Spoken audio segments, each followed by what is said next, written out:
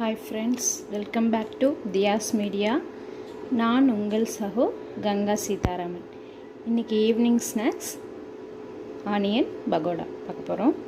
இதுக்கு தேவையான பொருள் வெங்காயம் கட் பண்ணி வச்சுருக்கேன், நீளமாக பாருங்கள், நீளமாக கட் பண்ணி வச்சுருக்கேன்.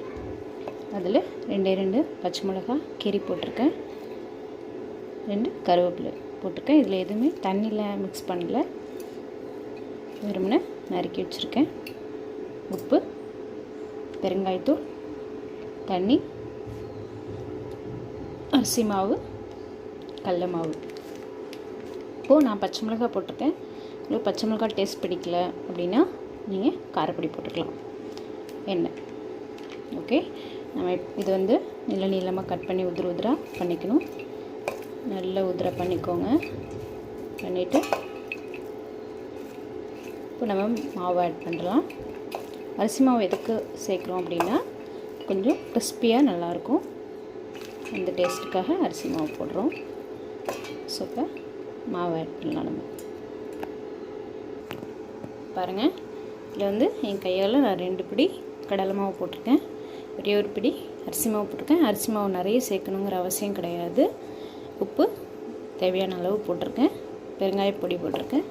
இப்போ தண்ணி விடாதீங்க, ஏன்னா ஆனியனில் உள்ள தண்ணியே கொஞ்சம் வரும். ஸோ நல்லா மிக்ஸ் பண்ணிக்கலாம்.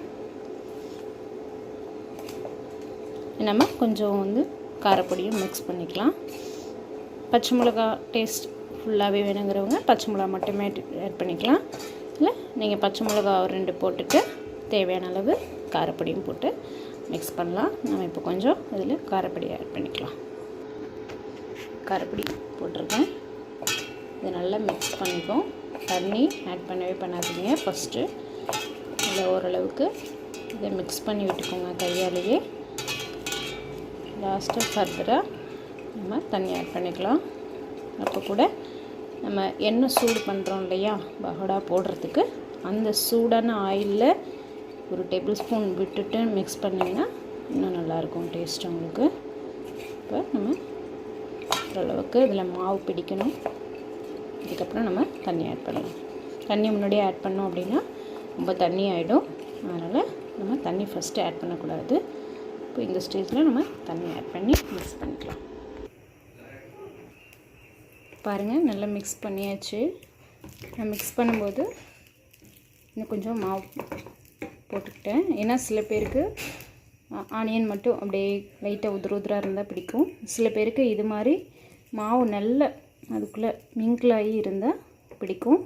அதனால் நான் இன்னும் கொஞ்சம் மாவு கடல மாவும் கொஞ்சம் அரிசி மாவும் ஆட் பண்ணி மிக்ஸ் பண்ணிவிட்டேன். லைட்டாக நீங்கள் தண்ணியை விட்டுடாதீங்க, ஃபுல்லாக தண்ணி தொளிச்சு நல்லா மிக்ஸ் பண்ணுங்கள். அப்போ தான் உங்களுக்கு சரியாக வரும். தண்ணி நிறைய விட்டுட்டிங்கன்னா ரொம்ப சொதன்னு ஆகிடும். ஸோ தண்ணியை தெளித்து நல்லா பெசரி விடுங்க. உங்களுக்கு மாவு பார்த்துட்டு அளவுக்கு தகுந்த மாதிரி இன்னும் கொஞ்சம் கூட போட்டுக்கோங்க. எண்ணெய் காய்ச்சிருக்கேன், ரெடி பண்ணிடலாம். எண்ணெய் சூடாகிட்டு இப்போ நம்ம இதை எடுத்து போடலாம்.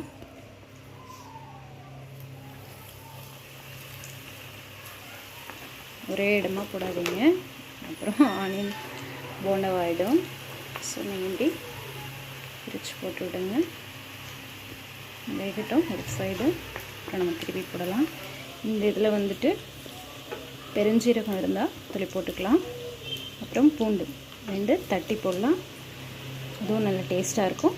நான் ஆனால் இன்றைக்கி அதெல்லாம் எதுவுமே ஆட் பண்ணலை, அது ஆட் பண்ணியும் பண்ணலாம்.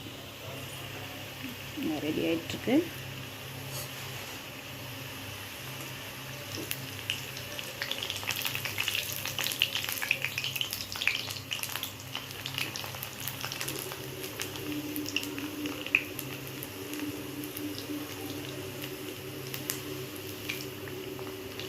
மாதிரி அடியில் ஒட்டாமல் வரும்போது திருப்பி போடுங்க. ஒரு சைடு ரெட்டிஷ் ஆனதுக்கப்புறம் நீங்கள் திருப்பி போடுங்க.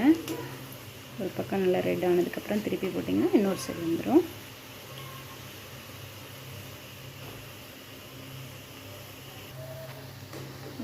ரெடி ஆகிடுச்சு, எடுத்துக்கலாம்.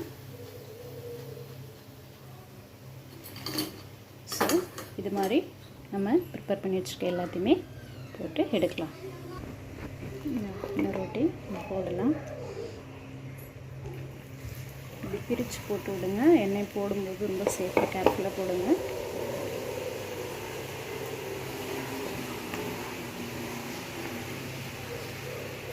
சரி, வேகட்டும்.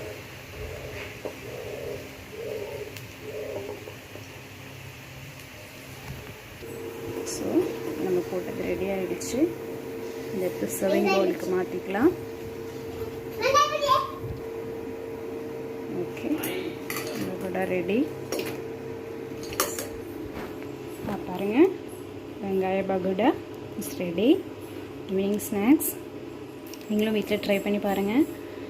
மாவு வந்து கண்டிப்பாக போட்டுக்கலாம். ஸோ வந்து நமக்கு சில பேருக்கு உதிராக பிடிக்கும், சில பேருக்கு இது மாதிரி இருந்தால் பிடிக்கும். ஸோ அதுக்கு தகுந்த மாதிரி நீங்கள் மாவு போட்டுங்க.